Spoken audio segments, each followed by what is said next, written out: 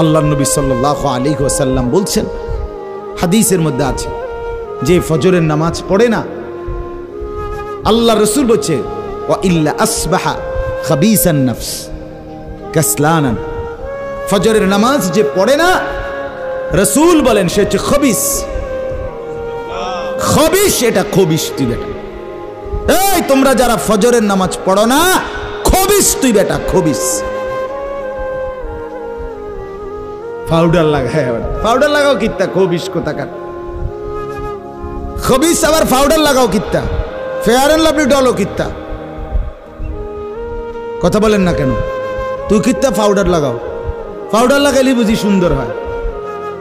বেডি দেখো না পাউডার লাগায়, এবুড়িয়ে লাগায়, ঘন্টা দুয়েক পর আবার এবুড়িয়ে দুইয়া লাগ। বুড়ি জানে এটা ধোকা, ঠিক কিনা বলেন না? এটা যে ধোকা, নাহলে এবুড়ি ধোকা। মেকআপ বক্স ধোকা আবার লাগাইয়া সেটা, এটা ধোকা, এটা আসল না, এটা নকল। আল্লাহ নবী সাল্লাল্লাহু আলাইহি সাল্লাম বলেন বেনামাজি খবিস। আর নবীজি হাদিসে আছে, বাথরুমে ঢুকতে, পেশাব পায়খানায় ঢুকতে নবীজি খবিস থেকে পানাহ চাইতেন, দোয়া পড়তেন। তো এই দোয়ার অর্থ কি? আল্লাহ আমি খবিস থেকে কি চাই? পানাহ চাই। তার মানে নবীজি বুঝাই দিছে উম্মত, পেশাব পায়খানার মধ্যে থাকে খবিস। খবিসের ঠিকানা কোথায়? Bathroom, bathroom, toilet. আল্লাহুম্মা ইন্নী আউযু বিকা মিনাল খুবুসি ওয়াল খাবায়েস। আল্লাহ খবিস থেকে পানাহ চাই। বাথরুমে ঢুকতে বলেন, জন্য বেনামাজি খবিস। এই খবিসের ঠিকানা টয়লেট, নাপাক। এটা নাপাক, এটা অপবিত্র, অপদার্থ, এটা অকর্মণ্য। এটা জিন্দেগির আর অর্থ কি? জীবন মানে খানা, জীবন মানে ঘুম, জীবন মানে লজ্জাস্থানের চাহিদা পূরণ, যৌন চাহিদা পূরণ, এই তিন জিনিস। তাহলে কুকুরের সাথে, বিড়ালের সাথে, গরু ছাগলের সাথে তফাৎ কি? ওই প্রাণীগুলোও তো খানা, ঘুম এবং যৌন চাহিদা পূরণ করে কিনা? কথা বলেন না কেন? কুকুরের ছাও আছে কিনা? তো কুকুর বিড়াল খায় কিনা? কুকুর বিড়াল ঘুমায় কিনা? তো তোমার সাথে তফাৎ কি? বেনামাজি বলে সেজদা নাই যার কপালে, আমনের লগে জানোয়ারের পার্থক্য কথা? আমনে খারাইয়া কোন সে ভিডিও করুক, আমনে কোন? হ্যাঁ হ্যাঁ বলেন, এখন বলেন, আমরা শুনি, এনে 10 জনে বিচার করুক। পার্থক্য কোন? আপনার সাথে জানোয়ারের তফাৎ কি? ছেলেরা বলো বাবা, তোমরা যারা মাগরিবের নামাজ পড়ো নাই, হ্যাঁ, লজ্জা কোথায় তোমাদের? শরম কোথায়? এই বেহায়া, কোন লজ্জায় আল্লাহর জমিনে চোখ তুলে তাকাও? হ্যাঁ, নির্লজ্জ। ছি ছি ছি ছি। মুসলমান এত আত্মমর্যাদা বোধহীন হয় কিভাবে? মালিককে চেনে না, বানানেওয়ালাকে চেনে না, গোলামি বোঝে না, সেজদা দিতেও মন চায় না। মুসলমান এত পাষাণ হয় কেমনে? আরে তার মা কোথায়? তার বাবা কোথায়? আরে তুই কোন মার দুধ খাইছত রে? তোরে কি মা দুধ খাওয়ায় নাই? তুই কি বাবার হাতে বড় হও নাই? তুই কি মুসলমানের ঘরে জন্ম নেও নাই? হয় না ফরমান। মা বাপ গুলোকে বললাম, কি ফুতেরে মা আমনে দুধ খাওয়াইলেন? এই অপদার্থ তো সেজদাও দেয় না। হ্যাঁ, এই বাপ, কাল লাগে বিল্ডিং বানাইলেন? এই হাইওয়ান তো সেজদাও দেয় না।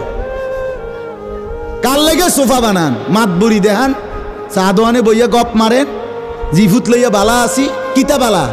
এ ফাঙ্গাস আর তেলাপিয়া খান যে, এ কারণে বালা। হ্যাঁ, এ ফার্মের মুরকা আর কক মুরকা, দুন্দুল আর করলা, দৈন্যাত আর কাঁচামরিচ, টমাটো আর এ শশা, এই তো খানা। আর কিতা কথা বলে? নার কি ঘুরে গেলে তো ফাঙ্গাস তেলাপিয়ে। দুনিয়ার বেশি কি ভোগ করছি আমরা? খুব আশ্চর্য কিছু, অনেক কিছু দুনিয়া ভোগ করছি আমরা। এটুকু দুনিয়া ভোগ করছেন বলে এ ফান কদ্দুর খান, বিড়ি খান, চা খান, বন খান, টেলিভিশনে মানুষের বেডির নাচ চান। আমনের বেডি তো আর নাচে না, নাচে মানুষের বেডি। কথা বলেন না? এতটুকু দেখেই দুনিয়া ভোগ করছেন বলে খুশি হয়ে গেলেন, তৃপ্ত হয়ে গেলেন, মজা পেয়ে গেলেন। আহা, আফসুসের ব্যাপার। এত লম্বা আখিরাত কেমনে পার হবেন? এত লম্বা কবরের জিন্দেগি কেমনে পার হবেন বলেন তো? নূহ আলাইহিস সালামের জামানায় যারা মারা গেছে তারা আজ কত হাজার বছর কবরে পড়ে আছে। ইব্রাহিম আলাইহিস সালামের জামানায় যারা মারা গেছে তারা আজকে কতদিন কবরে পড়ে আছে। হ্যাঁ, আবু জেহেল আজকে কত বছর কবরে পড়ে আছে? 1450 বছর, আরো বেশি, 1450 বছর ধরে পড়ে আছে কবরে। এরপরে তো হাসরের মাঠ, এরপরে তো ফুলসেরাত, এরপরে তো জাহান্নাম, আর তো রইছে। তাহলে দুনিয়ায় থাকলি কতদিন, কবরে পড়ে রইলি কতদিন? আপনি বলেন। আবু জেহেল দুনিয়াতে ছিল 800 বছর, কথা কন না? আবু লাহাব দুনিয়াতে জীবিত ছিল 900 বছর, তো কবরে আছে কত বছর? তো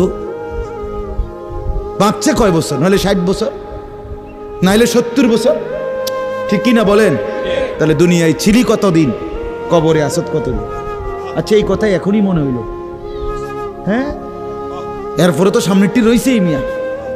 এখনো তো কিয়ামত আসে নাই, এখনো তো ইসরাফিল ফু দেয় নাই।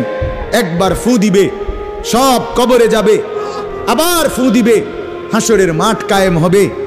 আবার হাসরের মাঠের একদিন, খোদার কসম এই কোরআনে আল্লাহ বলছে, হাসরের ময়দানের এখন একদিন, প্রতি একটা দিন কয় ঘন্টা?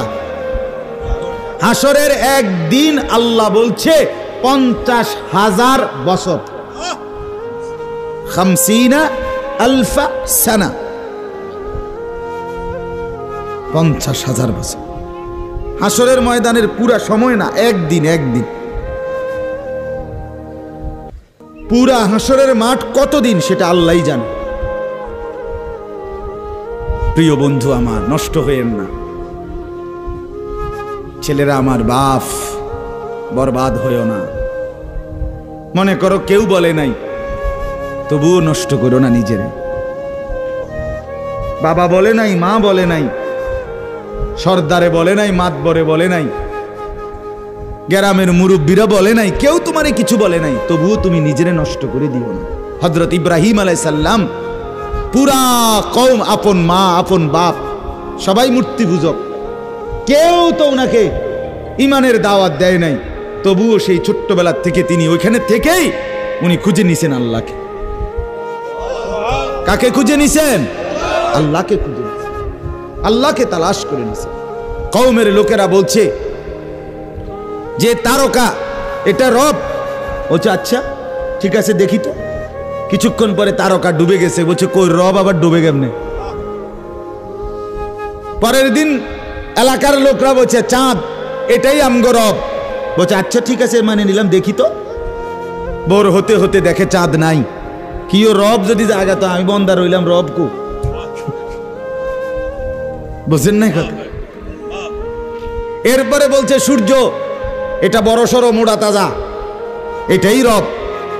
হ্যাঁ, ইব্রাহিম আলাইহিস সালাম বলছে আচ্ছা দেখি তো। সন্ধ্যা হয়েছে আর সূর্য ডুবে গেছে। তো ইব্রাহিম আলাইহিস সালাম বলছে হায় আমার কওম, কি কও ইডি তোমরা? তোমার মাথা ঠিক আছে নি? রব কেমনে এর মোড়ে নামে? রব এমন হয় কেন? বানানেওয়ালা এত দুর্বল হবে কেন? তখন তিনি বলছে ইন্নী ওয়াজ্জাহতু ওয়াজহিয়া লিল্লাযী ফাতারাস সামাওয়াতি ওয়াল আরদা হানিফা ওয়া মা আনা মিনাল মুশরিকিন। যে না কওম শোনো, আমি তোমাদের বানানো কোনো দিকে ফিরব না, আমি ফিরছি, আমার চেহারা, আমার জিন্দেগি ফিরাইয়া দিলাম ওই সত্তার দিকে যিনি 7 আসমান ও জমিন পুরাটা বানাইছে। হানিফান, একনিষ্ঠভাবে আমি শুধু তার দিকে ফিরলাম। ওমা আনা মিনাল মুশরিকিন, আমি মুশরিকদের অন্তর্ভুক্ত নই, আমি আল্লাহকে ছাড়া কাউকে মানি না।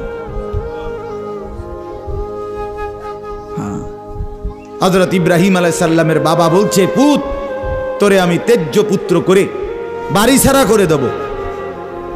হযরত ইব্রাহিম আলাইহিস সালাম বলছে, আ'তাজিলুকুম ওয়া মা তাদউনা মিন দুনিল্লাহ। আব্বা আমি আমনেরে ছেড়ে দিলাম, আমনে আমার কিতে ছাড়বে? আমনে বাইত জায়গা দিতেন না, কিতে আমি আইলাম না আমনে বাইত। আমার ঈমান দরকার, আমার আখিরাত দরকার। আমি বন দিয়ে কিতে করব? আমি সোফা দিয়ে করবো কি? আমি বিল্ডিং দিয়ে করবো কি? যার বাপে বিল্ডিং করে দিছে না, হাতে বেড়া পরে আর বিল্ডিং করতে আসছে না। মা কথা কয় না, বোঝেন নাই আমার কথাটা? যার বাপে জমি কিনা দিতে আসছে না, এবারে পরে এবারে ফুতে আর কোনোদিন জমি কিনতে আসছে না, তো তো কি আমনে যে একবার উল্টাইয়া গেছেন। আরে ফুত, আমি যদি কদ্দুর কিছু করে দিয়ে যাইতাম না পারি, আমি মরলে তারা খাইব কেমনে? না তারা চিরা খাইব। আর পরে আমনে 2 বস্তা চিরা কিনে দিয়ে যাই, আমনে মরলে আর কেউ দুনিয়াত কাম করতো না, আমনে একটা কামিলা মূর্তি আছেন শেষ। এটা ধোকার কথা না, বলেন না কেন? তো হযরত ইব্রাহিম আলাইহিস সালাম বলছে, আব্বা আপনাকে ছেড়ে দিলাম। ওয়া মা তাদউনা মিন দুনিল্লাহ, আল্লাহকে বাদ দিয়ে যে আপনি যাকে ডাকেন সেই মূর্তি, আল্লাহকে বাদ দিয়ে যেগুলোকে আপনি ডাকেন, বাপ আমি এগুলোকেও ছেড়ে দিলাম। এবার ইব্রাহিম নবী বললেন, ওয়া আদউ রাব্বি, আমি শুধু কেবল আমার রব আল্লাহকে ডাক দিলাম। গোটা দুনিয়া ছেড়ে দিলাম বাপ, সংসারও ছেড়ে দিলাম বাপ, আপনি মা বাবার মায়াও ছেড়ে দিলাম, আমি শুধু আমার আল্লাহকেই ডাকলাম। আসা আল্লাহ আকুনা বিদুআই রাব্বি শাকিয়া। এবার ইব্রাহিম নবী বলেন, আব্বা আমি বিশ্বাস করি আমার ওই এক আল্লাহকে ডেকে কেউ কোনোদিন বঞ্চিত হয় না। মাখলুককে ডেকে হেরে যায়, নেতা ভুলে যায়, কর্মীও ভুলে যায়, মা বাপও অনেক সময় রাগ করে, মা বাপ অনেক সময় ভুলে যায়, সন্তানও মা বাপকে ভুলে যায়, সবখানে হইতে পারে এমন, কিন্তু আমার আল্লাহকে ডেকে কেউ এমন হয় না যে বঞ্চিত হয়। আল্লাহকে বান্দা যখন জমিন থেকে ডাক দেয় আল্লাহ রব্বুল আলামিন সাথে সাথে বলে লাব্বাইক ইয়া আবদি, আমার বান্দা আমি হাজির, বল না বান্দা কি দরকার। বান্দা আবার বলে আল্লাহ, আল্লাহ আবার বলে লাব্বাইক, আছি তো বলো না। বান্দা বলে সুবহানাল্লাহ, আল্লাহ বলে শুনছি তো বান্দা, বলো না কি চাও বান্দা। বান্দা আবার বলে আলহামদুলিল্লাহ, আল্লাহ বলে বলো না কি চাচ্ছ বলো। আল্লাহু আকবার, বলে আবারও বলছি কি চাচ্ছ বলো না, আমি তো শুনতেছি, আমি তো আছি বান্দা। কিন্তু বান্দা যখন শুধু আল্লাহকে ডাকতে থাকে, জিকির করতে থাকে, তাসবিহ পড়তে থাকে, মনের কষ্ট দুঃখ বেদনা চাওয়া পাওয়া কিছুই বলে না, শুধু জিকির করে, শুধু জিকির করে, শুধু আল্লাহকে ডাকে, আল্লাহকে ডাকে, শেষ পর্যন্ত আল্লাহ খুশি হয়ে বলে বান্দা তুই যেহেতু আমাকে ডেকে মজা পাইছো, ঠিক আছে বান্দা তুমি আমাকে ডাকতে থাকো, আমি আল্লাহ তোমাকে দিতে থাকি। কি লাগবে আমি তো জানি, তোর বিবি অসুস্থ আমি কি জানি না, তোর ছেলে বিদেশে অসুবিধায় আছে আমি কি জানি না, কথা বলেন, তোর যে শরীরের সমস্যা আমি কি এটা জানি না, আমি তো সব জানি, কোথায় তোর কোন মুসিবত। আল্লাহর আড়ালে কি কিছু হয়, আল্লাহর গোপনে কি কিছু হয়, তাই না? আল্লাহর ইচ্ছা ছাড়া কি কিছু হয়? এজন্য মোবাইলের কথা বলতে গিয়ে এতগুলোর কথা লম্বা বললাম। ছেলেদেরকে বললাম বাবা অনেক ছেলে বসছো, মাশাআল্লাহ, আল্লাহ খুব বরকত দান করে। আজকে মুসলমানের যুবক তোমাদের ফেরার অপেক্ষা ইসলাম। তোমরা যদি নামাজি না হও, চরিত্রবান না হও, জীবনটা যদি নারীর পিছনে আর ছবির পিছনে, নর্তকীর পিছনে আর উলঙ্গ ছবির পিছনে, মদ জুয়া জিনা ব্যভিচারের পিছনে শেষ করে ফেলো, এই চোখের দৃষ্টি, এই নজর, এই চোখের দৃষ্টি, এটা যদি নষ্ট করে ফেলো গুনাহ দেখতে দেখতে, নাপাক ছবি দেখতে দেখতে, তো তোমরা নিজের জীবনই ভালো বাঁচবা কেমনে, ইসলামের জন্যই লড়বা কেমনে? আর মুসলমানের যুবক যদি হেরে যায়, মুসলমানের যুবক যদি পড়ে যায়, তো দ্বীনের জন্য জানবাজি রাখবে কে? এই বুড়ারা 60 বছর 70 বছরের বুড়া, এবড়া আর দৌড়তে পারবো? এবড়া দোয়া না করবো? কথা বলেন না কেন? মুরব্বীরা কি করবে? কলিজা ছিঁড়ে দোয়া করবে। অতএব আমি আপনাদের কাছে এতক্ষণের কথার মূল একটা উদ্দেশ্য, আমি 2টা আয়াত পড়ছি, এই আয়াতের আঙ্গিকে কথাটা বলার জন্য বলছি। আজকে আমরা গুনার মধ্যে সবচেয়ে বেশি, বহুভাবেই আমাদের মধ্যে গুনাহ আছে, বাকি এই নজরের গুনাহ আমাদের সবচেয়ে বেশি। কিসের গুনাহ বলেন না? নজরের গুনাহ। আমাদের চোখ নিয়ন্ত্রণ হারা, বাঁধন হারা। আমাদের যুব সমাজ, ছেলে মেয়ে, তাদের পুরাটা চোখ তারা মোবাইলকে দিয়ে দিচ্ছে। ওই যে আগে যে শুনছি যে স্বেচ্ছায় চক্ষুদান করত, কথা বুঝছেন না কথাটা? হ্যাঁ, মরণোত্তর চক্ষুদান। এই মরণোত্তর চক্ষুদান না, জীবিত চক্ষুদান। ওই দেখেন, ওই দেখেন ইয়া দেখো, ওই মোবাইল কার হাত, এতে সাইজ হলো ট্যাবলেট সাইজ, তার থেকে তার মোবাইল বড়। যেই অপদার্থ তার হাতেই মোবাইল দিছে, ওই সবচেয়ে বড় অপদার্থ। ওইটা একেবারেই অপদার্থ। সে যদি ভাই হয় তো ভাই অপদার্থ, বাপ যদি হয় ওইটা অপদার্থ বাপ। এই সন্তান নষ্ট করার সবচেয়ে বড় দায়ী আপন গার্জিয়ান। মা বেডি 2 বছরের বাচ্চাটারে বড় মোবাইলটা দিয়ে দিছে, তুই টিপ এটা, তুই তাবু ডিস্টার্ব করিস না, আমি সাইজ দিয়ে আসি ড্রেসিং টেবিলে, এবুডি পাউডার ডলে, হেতে মোবাইল টিপ। কথা বুঝেন নাই? ও বেডি হিন্দি সিরিয়াল দেখে টেলিভিশনে, হ্যাঁ হিন্দি সিরিয়াল দেখে, ইন্ডিয়ান সিরিয়াল দেখে, কি দেখে? মনোযোগ দিয়ে দেখে। হিন্দি সিরিয়ালের সবগুলোর মূল বৈশিষ্ট্য হলো স্বামী স্ত্রীর ঝগড়া, শাশুড়ির থেকে জামাইরে কেমনে আলাদা করতে হবে, দেবর ননদের কেমনে স্বামীর থেকে বিচ্ছিন্ন করতে হবে, মানে সংসার কিভাবে তছনছ করবে, এটা হলো ওই বেঈমানদের সবচেয়ে বড় ষড়যন্ত্র। সবগুলোর বৈশিষ্ট্য এটা। মহিলারা এইটা দেখা বিবাহের পরে 6 মাসও একসাথে আর থাকতে চায় না। 6 মাসও না। বেডির সিদ্ধান্ত, মরি আর বাসি, তে বেড়ারে তার বাপ মার থেকে আলাদা করুন। জীবনের সাধনা এটা। হায় হায়, লানত, অভিশাপ ওই নারীর প্রতি, যে নারী তুমি বেটি তোমার একটু সুখের জন্য স্বামী বেচারাকে আলগা করে লাইলা। তুমি তো কিছুক্ষণের সুখ হয়তো পাইবা, কিন্তু এই স্বামী মা বাবার নাফরমানির কারণে এই ছেলেটা তারে তো চিরদিনের জন্য জাহান্নামী বানাই দিল। মা বাপ যদি কষ্ট পায়, আহাজারি করে, মা বাপের কলিজার মধ্যে যদি ব্যথা লাগে, তো এই সন্তান জাহান্নামী হবে না? বলে। এজন্য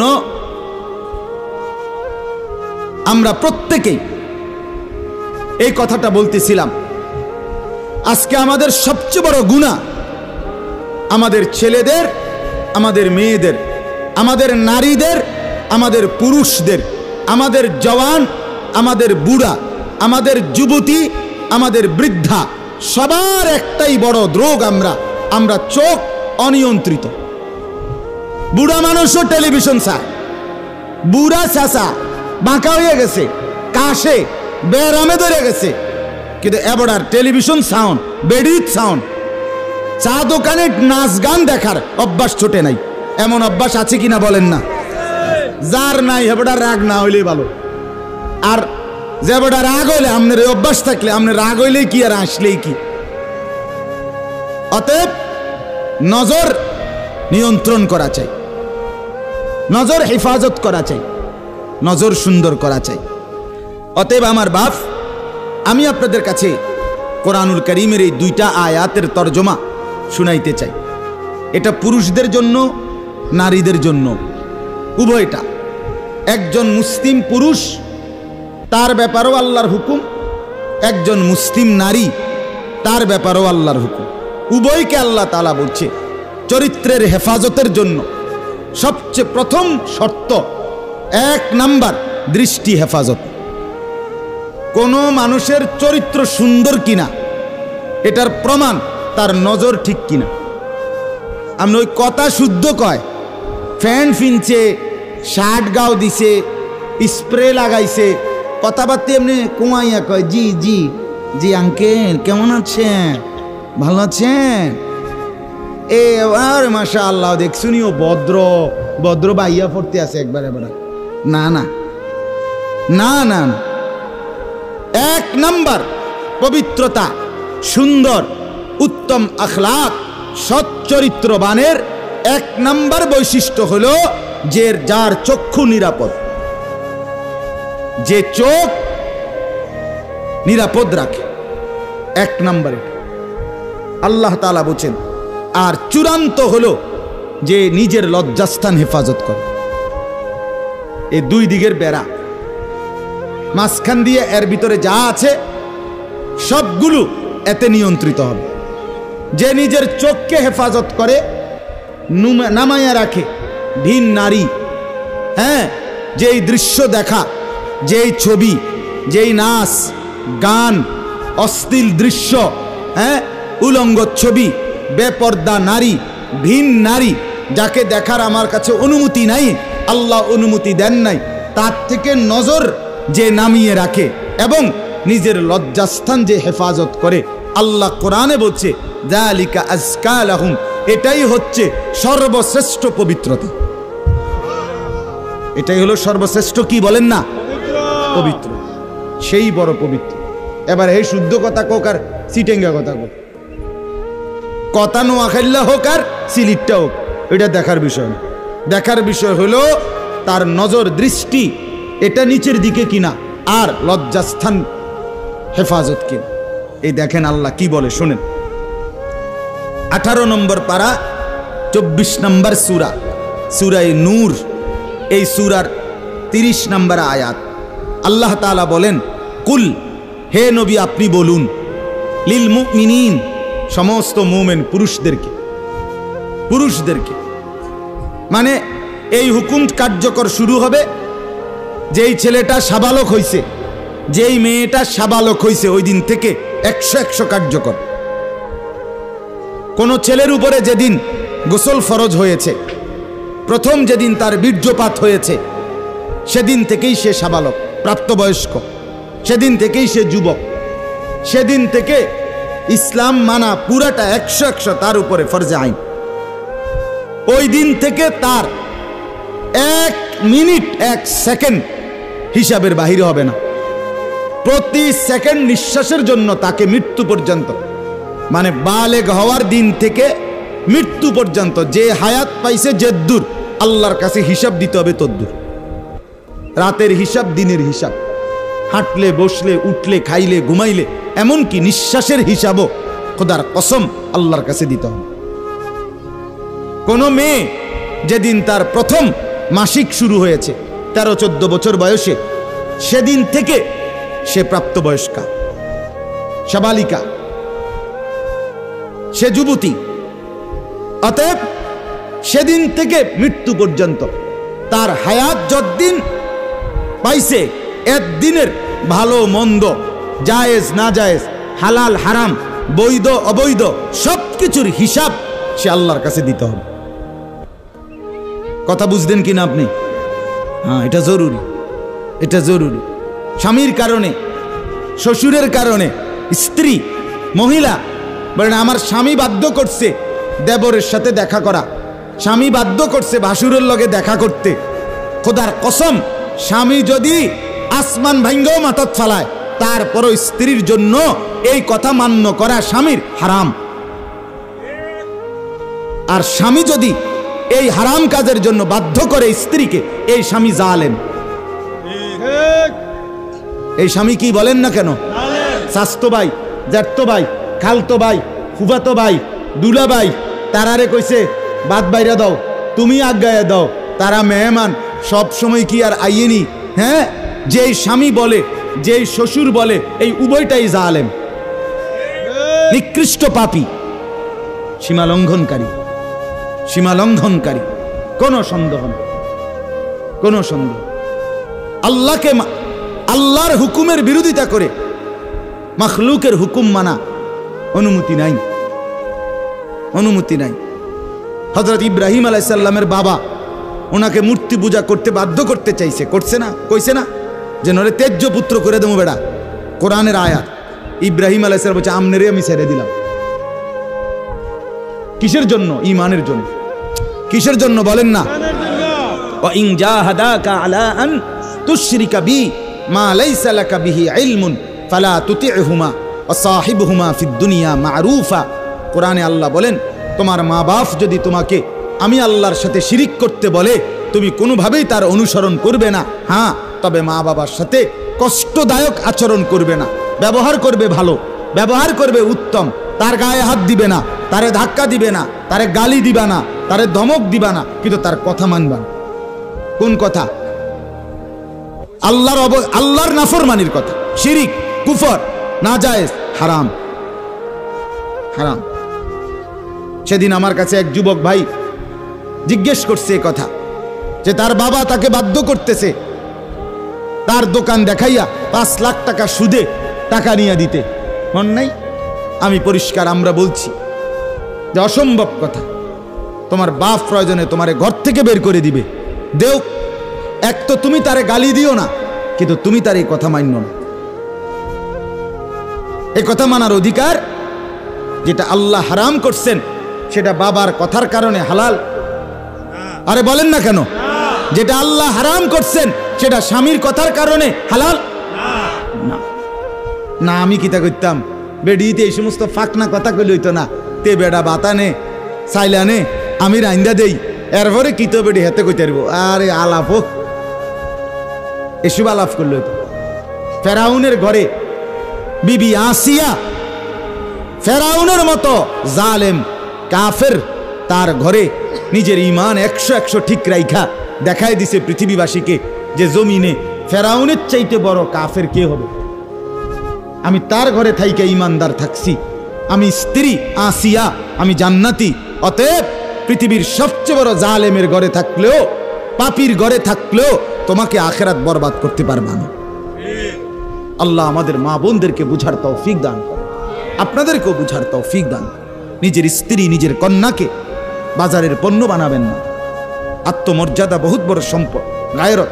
আপনার স্ত্রী বেপর্দা বাজারে বাজারে ঘুরে, রাস্তার পুরুষ রাক্ষসের মতো তাকাইয়া দেখে, আপনার আত্মসম্মানে লাগে না? আপনি বেগায়রত, আপনি পুরুষ নামের কলঙ্ক। আপনার মেয়ে বেপর্দা হাঁটে, 8-7 কাপড় পরে, টাইট কাপড় পরে, জামা পরে, রঙ্গিলা পাউডার সিয়া সাজ্জা রাস্তার বখাটে দুই পাশে কুত্তার মতো দুই পাশে গুরগুর গুরগুর কইরা পিছনে পিছনে ঘোরে। আমনে বাপ হইয়া জানেন, মেয়ে মা হইয়া দেখছেন, আমনের গায়ে লাগে না, কলিজায় লাগে না। আপনি বেগায়রত, আত্মমর্যাদাহীন পুরুষ আপনি। আমি সেদিন নিজে দেখছি, আমার কলিজা ছিঁড়ে গেছে। আমি নিজে দেখছি, ওই দেবিদ্দার রাস্তা দিয়ে আসতেছি, বাজারের মধ্যে জ্যাম। হঠাৎ আমার নজর জানালা দিয়ে বাহিরে দেখলাম একটা স্কুল পড়ুয়া মেয়ে। মেয়েটা আপনার স্বাভাবিকভাবে জড়সড় হয়েই হাইটা যাইতেছে সামনে দিয়ে। ঠিক মেয়েটার এক হাত পিছনে একটা ছেলে আপনার এই বড় মোবাইল দিয়া, মেয়েটা হাঁটতেছে মেয়ের মতো, এই জানোয়ারে পিছন থেকে ভিডিও করতে করতে মেয়ের যাইতেছে পিছন। আমার মন চাইছে জানালা খুলে বলি, বোন তোর পিছনে কুত্তা লাগছে, তোর পিছনে কি লাগছে? কুত্তা লাগছে, তুই তোরে কুত্তা থেকে বাঁচা। বলেন মুসলমান এত নিকৃষ্ট হয় কিভাবে? আমরা নিজে কিতাবে পড়ছি, এই আজকেও পড়ছি ইয়াহিয়া, এই বইটা ফিলিস্তিনি বই, এটাতে লেখা আছে পৃথিবীর পশ্চিম প্রান্তে, মনে করেন পৃথিবীর এদিকে শেষ প্রান্তে যদি কোনো মুসলমান বোন নির্যাতিত হয়, খোদার কসম পৃথিবীর পূর্ব প্রান্তের শেষ মুসলমানের উপরও ফরজ ওই বোনের ইজ্জতের বদলা নেওয়া।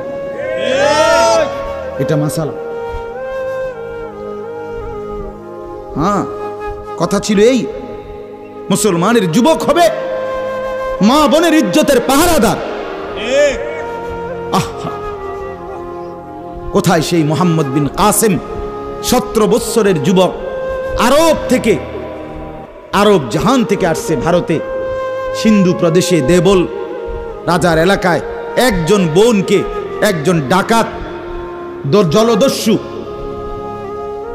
একজন পানির ডাকাত জলদস্যু তৎকালীন জামানায় একজন মুসলিম বোনের গায়ের ওড়না ধরে টান দিছিল। তখন ওই বোন চিঠি পাঠাইছিল হাজ্জাজ ইবনে ইউসুফের কাছে আরব দেশে, হাজ্জাজ, তুমি বেঁচে থাকতে তোমার মুসলিম বোনের গায়ের ওড়না ধরে টান দিছে বেঈমান কাফের, তুমি এর বদলা নিবা কিনা আমি শুনতে চাই। হাজ্জাজ ইবনে ইউসুফ, আমরা কিতাবে পড়ছি, এরকম চেয়ার ছেড়ে লাফ দিয়া দাঁড়াইয়া চিৎকার দিয়া বলছে, বোন আমার, গোটা আরবের সমস্ত মুসলমান যুবক প্রয়োজনে জান দিবে, আরবের সমস্ত যুবকের কলিজা যাবে, জান দেবে, শাহাদাত বরণ করবে প্রয়োজনে, তবু আমি তোমার এই বেইজ্জতির বদলা নেব। 3 বার সেনাবাহিনী পাঠাইছে সে, 3 বার। প্রথম 2 বার পরাজিত হইছে মুসলিম বাহিনী, তৃতীয়বারে নিজের একমাত্র মেয়ের জামাই মোহাম্মদ ইবনে কাসেম রাহমাতুল্লাহ আলাইহি, এই উনি ওনারে দিয়া এরপরে এই সিন্ধু দেবল রাজাকে পরাজিত করে ওই বোনকে জেলখানা থেকে উদ্ধার করছে এবং এই হিন্দু রাজার এলাকায় কালেমার পতাকা উড়াইয়া দিছে। হ্যাঁ, সেখান থেকেই এই ভারতীয় উপমহাদেশে মুসলমানদের যাত্রা, ইসলামের সূচনা। এক বোনের ইজ্জতের জন্য ধর্ষিতা হয় নাই, কাপড় টান দিছে কেন? খলিফা মুতাসিম বিল্লাহ, এক ইহুদি, খলিফা মুতাসিম বিল্লাহ, মুসলমানদের একজন খলিফার নাম উমাইয়া খলিফা। ওনার আমলে একজন মহিলা ইহুদিদের এলাকায় গেছিল, বাজারে, পর্দানসীন বোরখাওয়ালা নারী। ওই ইহুদি, দুষ্ট এক ইহুদি, ওই মহিলার পিছন দিক দিয়া, বোরকার পিছনে কৌশলে পিছন দিক দিয়া গোপনে এমন এক রশি টান দিস বাঁধছে। রশি বাঁধ দেওয়ার কারণে মহিলা যখন সামনের দিকে আগাইছে, তখন এই রশির টান লাগাতে মহিলার বোরকা উঠে গেছে উপরের দিকে সামান্য, উনি পড়ে গেছে। এই মহিলা ওই বাজারে চিৎকার দিয়া বলছে, ওয়া মুতাসিমা, হায় মুতাসিম, তুমি কই? তোমার মুসলিম বোনকে বেইজ্জতি করছে। সাথে সাথে খলিফা মুতাসিম বিল্লাহ পুরা বাহিনী নিয়ে আইসা ওই ইহুদি অঞ্চল পুরা জ্বালায় ফেলছে। কথা ছিল এই, বা কথা ছিল এই, রক্ত আর আমাদের গায়রত আর আমাদের হারিয়ে ফেলেছি। পরের মেয়ে দেখতে দেখতে, পরের নারী দেখতে দেখতে, টেলিভিশন দেখতে দেখতে, নিজের বিবি বাচ্চারও লাগাই দিছেন, নিজের ঘরে টেলিভিশন চাইতো, নিজেও বইয়া বইয়া চা দোয়ানে বেড়ি চান, টেলিভিশন চান, ফুতেও সারা রাত সারা দিন সমবয়সী ফুলানের লগে হাইটটা মোবাইলে ছবি চায়। তো সমাজ গড়বে কে? পরিবার নিরাপদ থাকবে কেমনে? কথা বলেন না কেন? বুড়ারাও চা দোয়ানে, বেড়ি তো ঘরের টেলিভিশনে, ফুলাফাইনে মোবাইলের আড্ডায়, তো মানুষ চরিত্রবান হবে কিভাবে? কমপক্ষে মুরব্বিগত লজ্জাবোধ থাকা উচিত। আমার এটা মাথাতে ধরে না, মানে দাড়িওয়ালা 60 বছরের বুড়া বেড়া কেমনে বেড়ি চায় চা দোয়ানে বই? আমার একারে বহুদিন, ভাই আমি এটা অনেকদিন চিন্তা করে চাইছি, মানে এটার কারণটা কি? আরে এরকম বুড়া বেড়া কিনলে বেড়িয়ে চাই? আমনের কি জীবনটা আজ এতটা বছর পরেও এখনো আমনের আখেরাতের কথা মনে পড়ে নাই? আরে কি ডাকাইতো আমনে? আমনে মরতেন না? আয় হায় আল্লাহ, একটা সমাজের মধ্যে কিছু মানুষ তো থাকা উচিত। আরে বলেন না, 2, 4, 10, 50 জন মানুষ তো একটা সমাজে থাকা উচিত, যারা সবাইকে চরিত্রের কথা, আখলাকের কথা, নামাজের কথা, আল্লাহর কথা, পরকালের কথা বলবে। এটা কি উচিত না? কথা বলেন, উচিত না? কিছু মানুষ উচিত না। কই মানুষগুলো কই? বলেন না চাচা, ওই মানুষগুলো কই? চেয়ারম্যান ভাই বলেন কই মানুষগুলো? আচ্ছা চেয়ারম্যান আপনি কোন ভাই, আমি তো এখন এতক্ষণ খেয়াল করি নাই। আরিফ ভাই আমাদেরও খুব কলিজার টুকরা, মহব্বতের আমার। তো আপনি বলেন, একজন চেয়ারম্যানকে বলতে বলেন মাইক দিয়ে, এখন এক সপ্তাহ এক মাসে এই নারী গঠিত কেলেঙ্কারির কি পরিমাণ বিচার তারা করতে পারে? আমি অসংখ্য চেয়ারম্যানের সাথে কথা বলছি, প্রায় বলে হুজুর সমাজটা খাইয়া লাইছে একদম।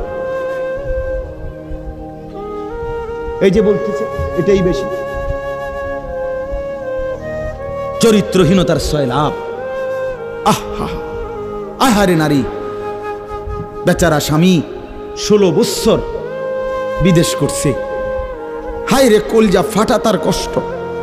কি পরিমাণ রোদ্রে টাকা রোজগার করছে, কয়টা টাকা। আমি তো সৌদি আরবে যে কয়বার আল্লাহ নেওয়ার তৌফিক দিছে, হজ উমরায় গেছি অন্য কোনো কারণে না, প্রতিবারেই দেখছি বাফ আহারে প্রবাসীদের কষ্ট কাকে বলে। প্রখর রোদ। এই শুধু তর্জমাটা শোনেন, 5 মিনিটে শেষ হয়ে যাবে তর্জমা। আল্লাহ তাআলা বলেন কুল্লিল মুমিনিনা, হে নবী আপনি মুমিন পুরুষদেরকে বলেন। তাহলে পুরুষ বলতে কি বুঝাইছি বুঝছেন তো এটা নাকি? যেদিন থেকে সাবালক, আর মহিলা যেদিন থেকে তার মাসিক শুরু হয় প্রথম, সেদিন থেকে নারী। আল্লাহ বলেন হে নবী প্রত্যেক পুরুষকে বলেন ইয়াগুদ্দু মিন আবসারিহিম ওয়া ইয়াহফাজু ফুরুজাহুম, তারা যেন বাধ্যতামূলক 2টা কাজ করে। এক, ইয়াগুদ্দু মিন আবসারিহিম, তারা যেন তাদের চোখ নিচের দিকে নামায় ভিন নারী থেকে, নাজায়েজ দৃশ্য থেকে, যে জিনিস দেখার অনুমতি নাই, যেই ছবি দেখার অনুমতি নাই, যেই নারীকে দেখার অনুমতি নাই, তার থেকে যেন তারা চোখ নামায়। ওয়া ইয়াহফাজু ফুরুজাহুম, এবং প্রত্যেকটা মুমিন যেন নিজের লজ্জাস্থানকে হেফাজত করে। নিজের লজ্জাস্থান হালালভাবে অনুমোদিত ছাড়া, স্বামী স্ত্রীর পবিত্রতা ছাড়া অন্য কোনো ক্ষেত্রে নিজের লজ্জাস্থানকে হারামভাবে যেন ব্যবহার না করে।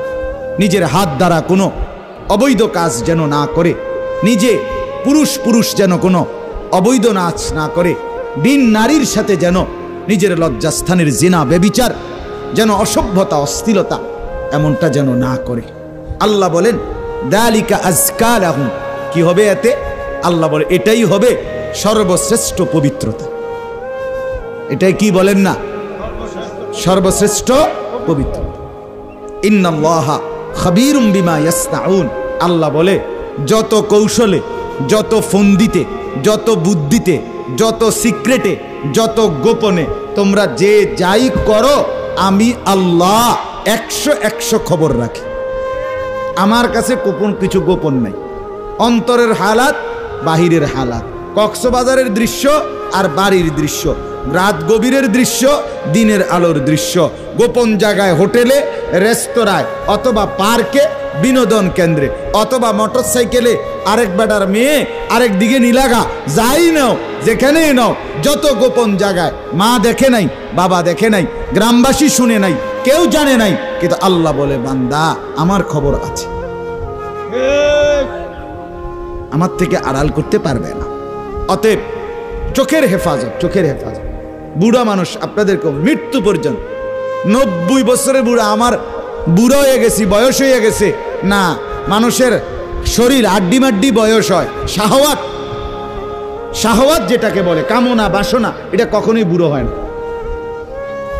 বুড়ো হয় না। হ্যাঁ সোজা কথা, আমি খোলামেলা বললাম, শাহওয়াত কি হয় না? বুড়ো হয় না। এজন্য বালেগ থেকে বৃদ্ধ পর্যন্ত সবাই এই হুকুম। 2 নাম্বার আল্লাহ বলেন 31 নম্বর আয়াত, অকুল্লিল মুমিনাতি ইয়াগুদুদনা মিন আবসারিহিন্না ওয়া ইয়াহফাজনা ফুরুজাহুন্না, হে নবী আলাদাভাবে আপনি মুমিন মহিলাদেরকেও বলেন, নারীদেরকেও বলেন, তারাও যেন এই 2টা কাজ করে। কি? চোখ নামিয়ে রাখে, চোখ নামিয়ে রাখে। কোনো নারী যেন রাস্তার পুরুষ, ভিন পুরুষ, যাদেরকে দেখার অনুমতি নাই, এই যে দেবর, এই যে ভাসুর, চাচাতো ভাই, মামাতো ভাই, ফুফাতো ভাই, খালাতো ভাই, দুলা ভাই, এরকম মানুষগুলো যাদেরকে দেখার অনুমতি নাই, রাস্তার পুরুষ যাদেরকে দেখার, চোখ ফেলার অনুমতি নাই, তাদের থেকে যেন চোখ নামিয়ে রাখে। ওয়া ইয়াহফাজনা ফুরুজাহুন্না, আল্লাহ বলে প্রত্যেক নারীকে বলেন হে নবী তারাও যেন তাদের লজ্জাস্থানের হেফাজত করে। এক নারীর সতীত্ব, তার ইজ্জত, তার সম্ভ্রম, এটাই তার জীবনের সবচেয়ে বড় সম্পদ। যে নারী সতীত্ব হারা, যে মেয়ে ইজ্জত হারা, তার জীবনে আর 2 পয়সার কোনো মূল্য নাই।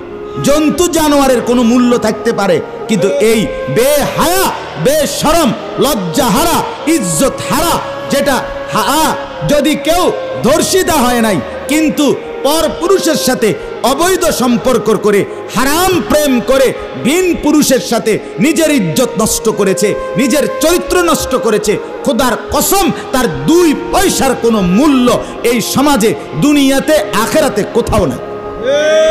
সে ঘৃণিত, সে লাঞ্ছিতা নারী, এটার আর কোনো মূল্য নাই। এই জন্য বিবাহ বহির্ভূত প্রেম করার পরে, বিবাহ করার পর এই বিবাহ আর টেকে না। আমার কাছে বলি, হুজুর কি গভীর সম্পর্ক ছিল, এখন বিয়ে করলাম, 8 মাস না যাইতেই সংসারটা জাহান্নামের টুকরা হয়ে গেছে। আমি বললাম মূল কারণ হইল বিয়ার আগে আমনও হেবুডির কোনো দোষ ধরেন নাই, হেবুডিও আমনের কোনো দোষ ধরেন নাই, শুধুই কেবল ভালোই বাসছেন, কিচ্ছু আর কোনো ত্রুটি দেখেন নাই। তুমি না খুব ভালো, ও না এত ভালো, এটি তো ছিল আগে, যে সময় আপনি বালা বালা খাওয়াইছেন, চটপুটি, নুডলস, তারপরে বিভিন্ন বার্গার, এই সময় তো আরামে কথা কইছে। এখন যখন বিবাহ হয়ে গেছে, সংসার শুরু হয়েছে, এখন নুনের মধ্যেও দোষ, চিনির মধ্যেও দোষ। নুনও আগের মতো কড়া লাগে না, চিনিও আগের মতো মিঠা লাগে না। কথা বুঝেন না? এখন ভালোবাসা ঠুস। ভালোবাসা কি? এজন্য আল্লাহ বলেন, নারীকে বলেন নজর নামাইতে এবং নিজের লজ্জাস্থান হেফাজত করতে, বাকিটা অন্য কোনো দিন। আল্লাহ তাআলা আমাদের প্রত্যেক পুরুষ নারী, যুবক যুবতী, জওয়ান বুড়ো প্রত্যেককে নিজের চরিত্রের সৌন্দর্যের জন্য চোখ দৃষ্টি নামানো এবং লজ্জাস্থান হেফাজত রাখবার তৌফিক দান করেন। আল্লাহ তাআলা কবুল করেন।